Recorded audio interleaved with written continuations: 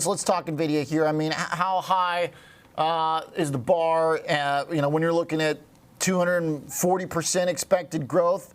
Last time it was like 265. So it should, I guess, in some definition, be like a peak growth quarter unless they beat big. I think they can. Look, it's a crowded trade. I mean, look, everybody knows it. You just mentioned all the upgrades.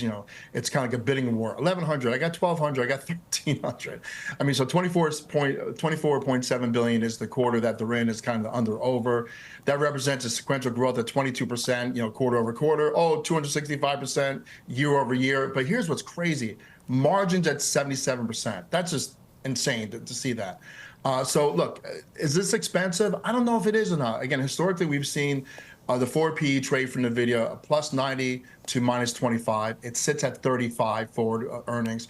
I do think they're going to shake the tree, though. Remember, this is a crowded trade. A crowded trade, by definition, it's not easy to hold on to. They're going to separate those long-term holders versus weak hands. So I do expect definitely a lot of volatility. I think it's set up for about 8.5% implied volatility, which comes to about $75 to $80 in price differential. So it's going to be pretty volatile after earnings. There's a lot riding on it. It could take the whole sector with it.